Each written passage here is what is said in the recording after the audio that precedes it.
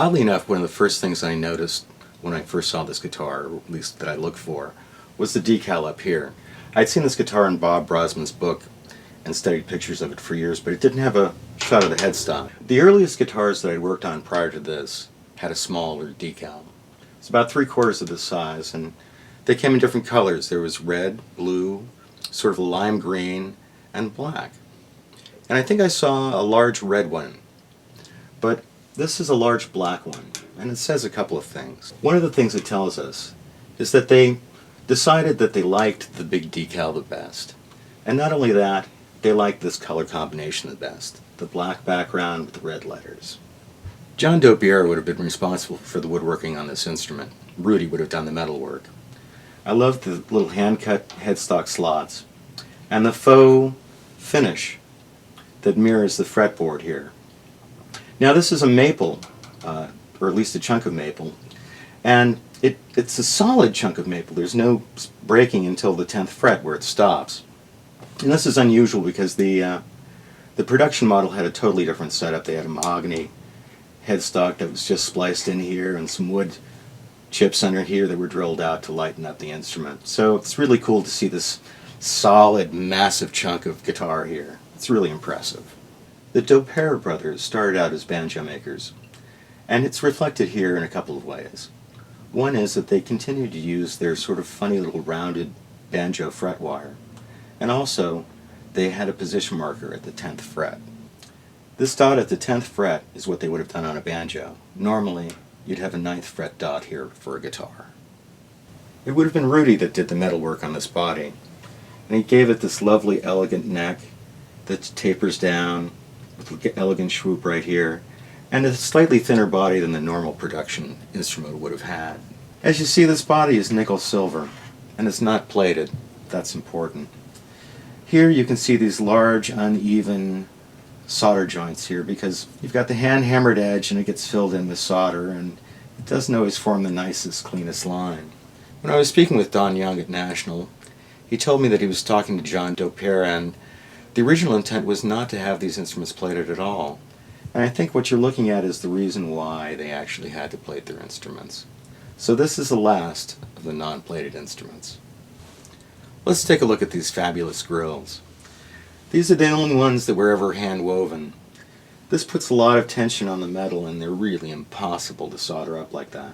I once did a wooden tricone with wooden grills, and man, it took forever to get those things to stick. So I can see why they only did this once.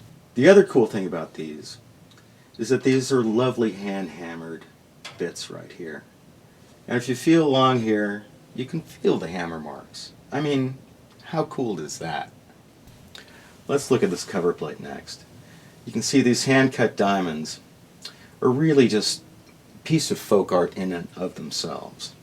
And the other interesting thing here is they cut slots here and they've just folded this over like a box. It's kind of cool. And here's something that's interesting too on the flange. You'll see the flange goes all the way to the edge of this design right here, and it sort of interrupts the flow. Later on, they'd knock the flange back so you could see the cover plate underneath it, and it really helped with the design. It really flowed through. It was brilliant. Here's the other side of the cover plate. We'll just ignore the modern masking tape. But you can see how sort of primitive it is. You can see the cut marks. You can feel the solder blobs and the cut marks on it. And you can see the slight variations. One of my favorite is this piece right here. It says a lot. It's got this funky little jog to it. But man, they were dying to get this thing up and running. Here's number 102, right there at the top. And you'll see it's got a flat back on it. I'll show you this. And they continued with a flat back on for quite some time until they came to the stamped domed back. And now my favorite part. Look at that. See the little fleur-de-lis in here? The other thing I like about this too, we put these over here, is this little raised piece of cardboard with 2 tacks in it. It was originally painted silver, and you could see where they had a couple little felt pads because they had some cone problems before. One of the really cool things about this is actually taken from a piece of furniture. You've got a mahogany veneer here. And if you look over here, there's this thin strip of mahogany, the nicer face on top. So it's kind of cool that this was a generation that didn't waste anything. Now, underneath the pan would have been these supports here that would have kept pressure on the back so it didn't get all flooby. And these would have been made out of nickel silver with a little collar here and a post. So this is your basic post and pad, but out of nickel silver. It would have had a felt pad on the back, and it's just wonderful. It's hand cut. You can see these edges over here. It's just a great piece. One of the interesting things about all this is that you've got silver painted pan, you've got these nickel silver pieces on the inside, and it's all sort of meant to give this impression of just one piece of metal without little interruptions. And it's kind of a little stealth thing they had going on here. Well, let's talk about the structure here. It consists of the 3 cones, spun out of aluminum, and this massive aluminum sandcast bridge. Didn't have a slot for a wooden piece. It was all meant to be strings on aluminum on the wooden pan into this nickel silver body. This is the last time you'd see this bridge for a couple of reasons. One is the next version sort of removed these flanges and became a very skeletal bridge because they realized they didn't need this much mass. The other thing is that they'd made it too short. You see they've got this little cutout here so that the cones can fit together. And it's actually worse than that because underneath here are little cups in the casting that were supposed to sit directly upon the cones themselves. But they actually had to put flat washers underneath so they could just cheat everything out just a little bit more, and they still had to cut away over here and over here. And the other thing too is that these cones were about 1/16 of an inch smaller than the other non-spiral cones that they made after this. The other unusual thing about this whole setup is that it's got screws here, and the screws go to these little nuts and washers underneath.